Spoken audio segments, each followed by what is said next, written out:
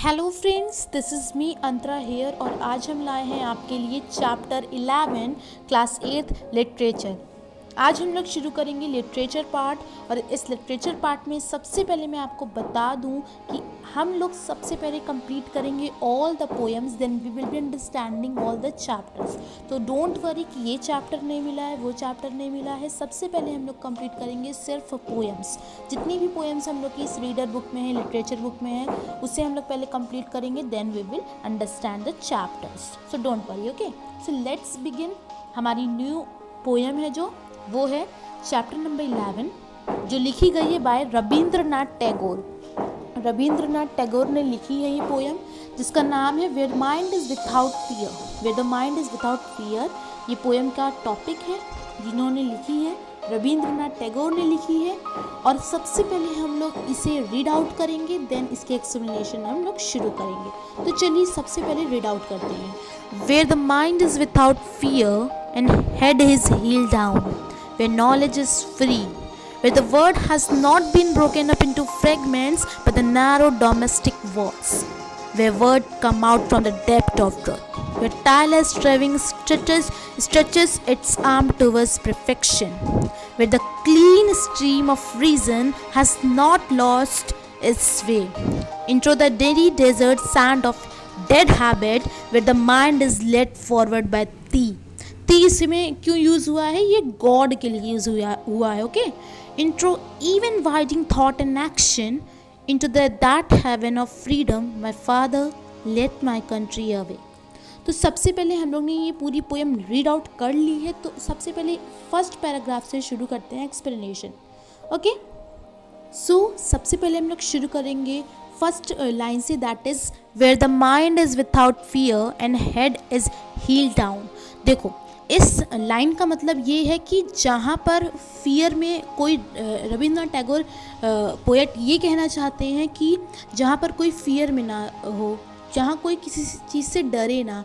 जैसे आज के ज़माने में हम लोग बहुत चीज़ों से डरते हैं कि कोई ज़्यादा पावरफुल है, कोई कम पावरफुल है, तो जो ज़्यादा पावरफुल है हम लोग उससे डरते हैं। तो रविंद्रनाथ टैगोर ये कहे हैं कि पोएट ये कहना चाहते हैं कि कोई किसी से डरे ना, कोई फियर में ना हो और सब लोग अपना सर उठा के चलें। जैसे लिखा है इसमें head is heel down. Head is heel down का मतलब है सर उठाकर लोग चलें, कोई डरे नहीं किसी चीज़ से, कोई भी चीज़ों से कोई डरे नहीं, सब लोग सर उठाकर अपना चलें। कोई ये हो जाएगा वो हो जाएगा, किसी चीज़ से ना डरें।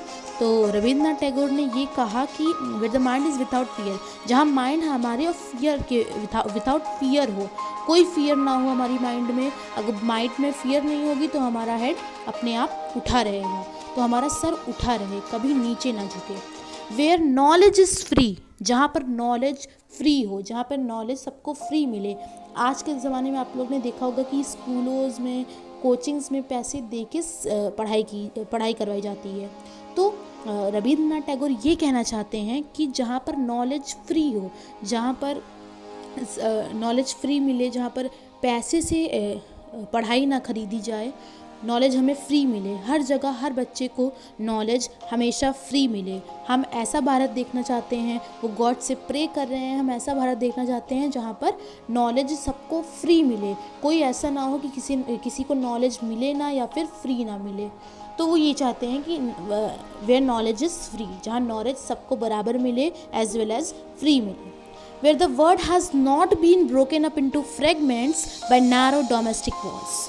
अब वो ये कहना चाहते हैं कि वो ये प्रार्थना कर रहे हैं गॉड से और कहना चाह रहे हैं कि हमारा भारत टुकड़ों में ना बटा हुआ हो, जैसे। और इसमें बाय नैरो डोमेस्टिक वॉल्स मतलब रिलीजन में, कास्ट में, कि ये हिंदू, ये मुस्लिम, ये सिख, ये ईसाई, तो ऐसे टुकड़ों में ना वो हुआ हो। फ्रेगमेंट मतलब बंधा हुआ हो, टुकड़ों में ना बटा हुआ हो कि ये हिंदू है तो ये हिंदू है तो ये अपना वो करेगा, ये मुस्लिम है तो ये अपना वो करेगा। तो वो ये कहना चाह रहे हैं कि कोई टुकड़ों में ना बटा हुआ हो, सब बराबर हो, सब आप एक साथ हों। बाय नैरो डोमेस्टिक वॉल्स मतलब रिलीजन में जो बटे हुए लोग रहते हैं, ये मुस्लिम में है, ये हिंदू में है, ये सिख में, ईसाई में। तो रविंद्रनाथ टैगोर ये कहना चाहते हैं कि कोई टुकड़ों में बंधा ना हुआ हो, कोई ये रिलीजन कास्ट के चलते ना बंधा हुआ हो, सब इक्वल हो, सब एक साथ हों। तो इतना आपको समझ आ गया, I hope. Where words come out from the depth of truth, मतलब अंदर से आपको सच्चाई, आप हमेशा आप सच्चाई पर ही डटे हुए रहें, कभी आप लोग झूठ ना बोलें, और आप लोग जब भी बोलें तो आपके हार्ट से हमेशा सच निकले, आपके दिल से हमेशा सच निकले, कभी आपके दिल से झूठ ना निकले। तो वो ये कहना चाहते हैं where words come out from the depth of truth, मतलब अगर आपके दिल से कोई आप कुछ कहना चाह रहे हो, आपके साथ आपने कुछ गलत किया है और आप झूठ बोल रहे हो, तो आप झूठ बोले तो आप ऐसा ना करें। आप लोग आपके दिल से हमेशा सच्चाई निकले, हमेशा आप सच्चे हों। तो ये रविंद्रनाथ टैगोर पोएट हमें ये कहना चाहते हैं where words come out from the depth of truth, जहाँ पर हमारे दिल से हमेशा सच निकले, कभी झूठ ना निकले। अगर हमने कोई गलती की है तभी कभी झूठ ना निकले। आपने ये भी सुना होगा, एक झूठ बोलने के लिए 100 झूठ बोलना पड़ता है, तो इसीलिए रविंद्रनाथ टैगोर ने ये कहा है। Okay, understood. तो यही बोला जा रहा है इस लाइन में। ओके, अब नेक्स्ट लाइन क्या है, where tireless striving stretches its arm towards perfection. तो अब अगर इससे पहले वाले ऊपर लाइन में ये लिखा गया था where words come out from the depth of truth, कि आपके दिल से जब भी आवाज़ निकले तो आप सच के लिए बोलो, आप सच हमेशा बोलो। तो अब अगर अब दूसरी लाइन में ऊपर लाइन की से रिलेटेड कुछ हुआ है कि where tireless striving stretches its arm towards perfection. अब अगर आप लोग सच बोलोगे तो कभी अगर मान लो आप झूठ पे झूठ बोलते रहे और कोई इंसान आप इतना झूठ बोलते रहे तो जो दूसरा इंसान होगा वो तो यही सोचेगा ना कि आपसे बात करने लायक नहीं है। तो अगर आप लोग अब दूसरी तरफ अगर आप उससे अच्छे से बात करोगे, मतलब झूठ नहीं बोलोगे, तो आपके लोग दोस्त बनना चाहेंगे। लेकिन अगर आप दूसरी तरफ झूठ पे झूठ बोलोगे उसके साथ, तो उसको भी लगेगा कि ये कैसा इंसान है, इसके साथ दोस्ती करना ही ठीक नहीं है, या फिर ये कैसा इंसान है, इसके साथ तो बात ही करना नहीं है। तो यही where the words come out from the depth of truth के बाद where tireless striving stretches its arm towards perfection. तो ये लाइन में ये बोला गया है कि अगर आप झूठ बोलोगे तो कोई आपको पसंद नहीं करेगा, लेकिन उसी तरह अगर आप लोग सच बोलोगे तो आपको सारे लोग पसंद करेंगे। सच बोलना ही चाहिए। ओके, तो ये इतना समझ लीजिए आप लोग। अब where the clean stream of reason has not lost its way into the dreary desert sand of dead habit. अब चलिए इसको देखते हैं, इसमें क्या है।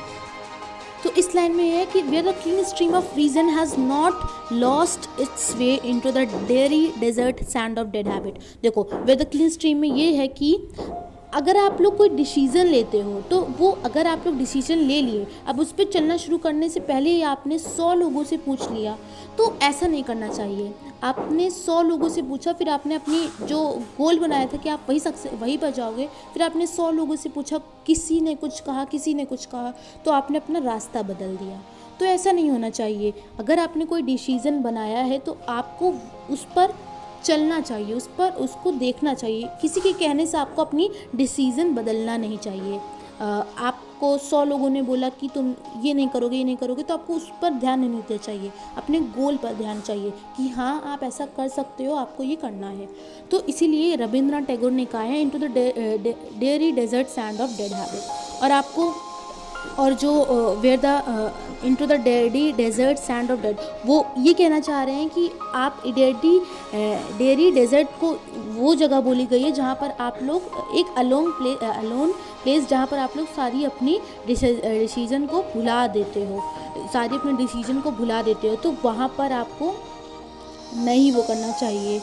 तो इसीलिए इन्होंने कहा है where the clean stream of reason, आपको अपने उस गोल पर ध्यान चाहिए। किसी 100 लोगों ने कहा तो आपने मान लिया ये गलत है, आपको अपने पर आपको यकीन है अपने ऊपर, आपको अपने गोल पर ही देखना चाहिए। तो दूसरों ने कहा, आपने उसकी बात सोचकर आपने रास्ते से हट गए, मतलब आपने अपनी सक्सेस पर चढ़ना शुरू ही किया था, लेकिन आपने कुछ 4 लोगों की बातों से अपना सक्सेस 2 मिनट में ही हटा दिया। तो ये ऐसा नहीं करना चाहिए। तो रविंद्रनाथ टैगोर ने यही कहा है कि डेरी डेजर्ट जाकर हमारी जो डिसीज़न है वो भुला ना जाए। तो ये रविन्द्रनाथ टैगोर ये सारी चीज़ें कहना चाहते हैं। फिर नेक्स्ट लाइन क्या है, where the mind is led forward by thee into even widening thought and action into that heaven of freedom my father let my country away. So let me tell you. So अब हम लोग पढ़ेंगे, हम लोग समझेंगे कि where the mind is led forward by thee. तो मैंने आपको पहले बता दिया थी वर्ड आया है गॉड के लिए। तो ये लाइन रविन्द्रनाथ टैगोर ने ये लिखी है कि कभी कभी हम लोग सेल्फिश हो जाते हैं, हम लोग अपने बारे में हम लोग डिसीज़न तब लेते हैं, हम लोग अपने बारे में सोचकर डिसीज़न लेते हैं कि ये होगा मेरे साथ तो मैं ये डिसीज़न लूँगा।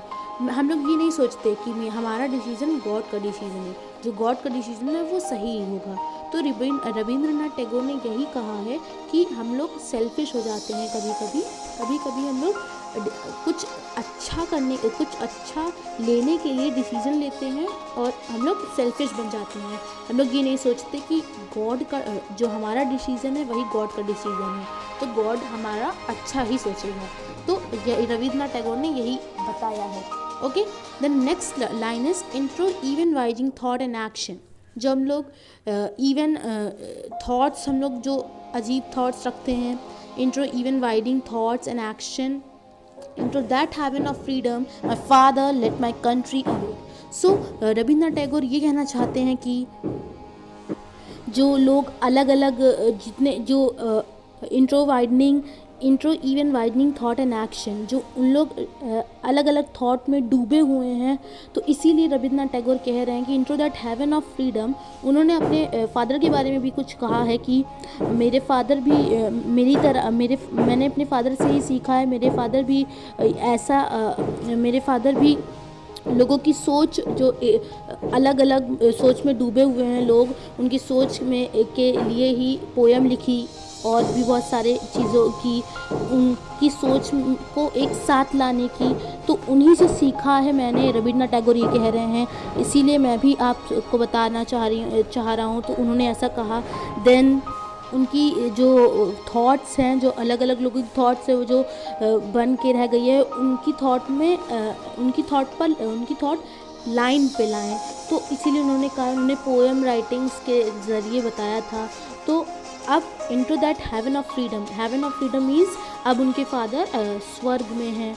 तो my father into that heaven of freedom, उनके फादर स्वर्ग में हैं। तो वो ये बताना चाहते हैं कि उनके फादर अब इस दुनिया में नहीं हैं, रविन्द्रनाथ टैगोर के। तो उन्होंने ये कहा कि मेरे फादर भी पोएम्स लिख के ये जो सब लोग थॉट में डूबे हुए हैं, उनकी थॉट को जगाते थे और मैं भी ये कर रहा हूँ। मैंने अपने फादर से ही सब सीखा, उन्होंने ये कहा, इस पोएम में लिखा।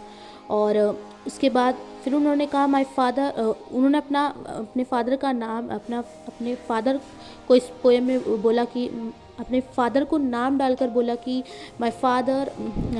उन्होंने कहा कि मेरे फादर भी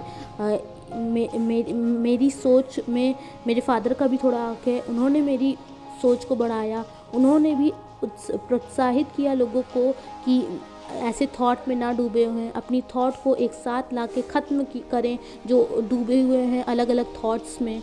वो मैंने अपने फादर से ही सीखा। तो आखिर में उन्होंने फिर लाइन लिखी है, into that heaven of freedom my father let my country away.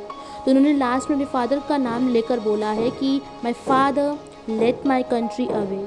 तो मेरी कंट्री को सोते हुए से जगाओ।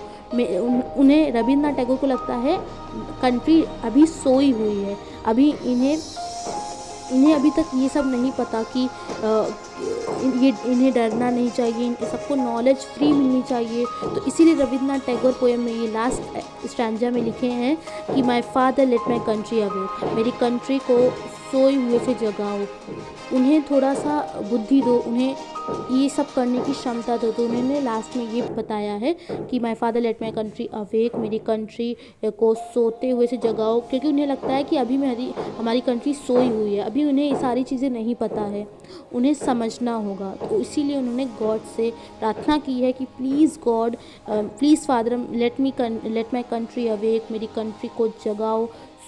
वो अभी सोई हुई है, उनको जगाओ, मेरे भारत को जगाओ कि मेरा भारत फिर आगे बढ़े। तो यही सारी चीज़ें थी इस पोएम में। आई होप आपको अंडरस्टूड हो गया है एक एक लाइन, क्योंकि मैंने एक एक लाइन आपको अच्छे से बताई है। अगर कोई भी प्रॉब्लम है तो let me know in the comment session. Don't forget to hit the bell icon for the latest video updates. अगर आपको ऐसी अच्छी अच्छी पोएम्स चाहिए, आपको समझना है, तो please like it so that you can understand, so that you can see the latest video on my YouTube channel. Thank you so much.